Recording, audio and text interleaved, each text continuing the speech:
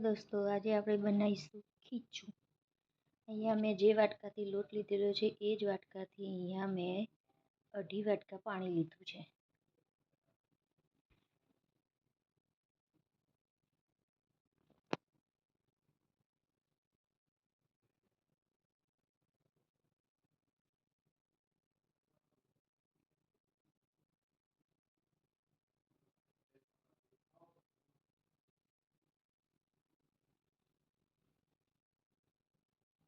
પાણી આપણું ઉકળે છે ત્યાં સુધી અમે 4 થી 5 મરચાં લીધા છે, આ મીડિયમ તીખા છે, એ ક્રશ કરીને મૂકેલા છે। અહીંયા આપણે 1.25 ચમચી જેવું જીરું લઈશું,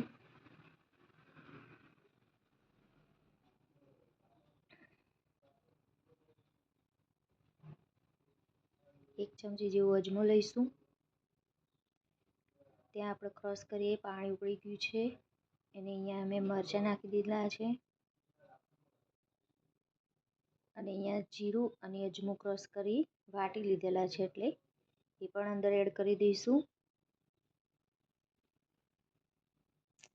આપણું પાણી ઉકળવા લાગ્યું છે। અહીંયા મેં પાપડ ખાર લીધેલો છે, આ 1/2 ચમચી છે અને ઉપર થોડું એમ કરીને 1 ચમચી આપણે પાપડ ખાર નાખ્યું છે।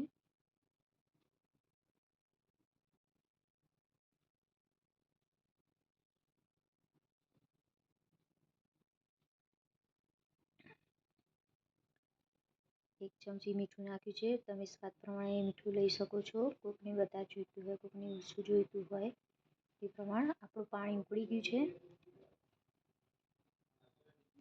આ વાટકાથી જે પાણી લીધું એ જ વાટકાથી લોટ પણ લીધેલો છે। આપણું પાણી દેખો જુઓ સરસ ઉકળી છે અને હવે આમાં થોડું થોડું કરીને લોટ નાખીશું, જોડે આપણે વેલણથી હલાવતા રહીશું જેથી અંદર ગાંઠા ના પડે ને આપણા ખીચું સરસ બફાય, પાણી અને લોટ મિક્સ થાય।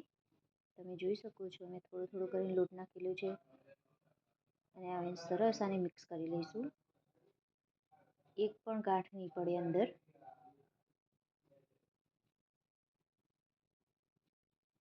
જેટલું પાણી ઉકળશે એટલું જ મીઠાશ આવશે અંદર ફ્લેવર મસાલાની।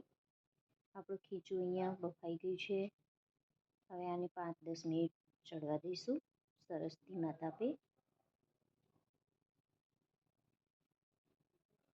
નીચે એક તાવડી મૂકીશું, એના ઉપર આ તપેલી મૂકી દઈશું જેથી નીચેથી ખીચું દાજે નહીં અને સરસ સીજે।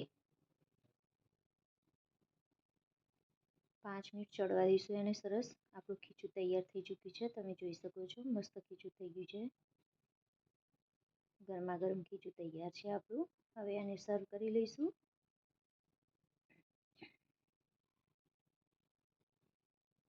આપણું ખીચું જોયું તમે ઉપર તેલ વેડો અને ઉપર અચાર મસાલો નાખો યા મીઠું મરચું લઈ શકો છો, ખાવામાં બહુ ટેસ્ટી છે। અહીંયા મેં અચાર મસાલો લીધેલો છે, તે ઉપર થોડું થોડું સ્પ્રિંકલ કરી લઈશું।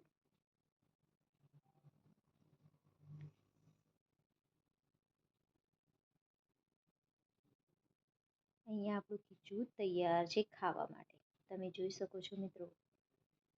Okay bye.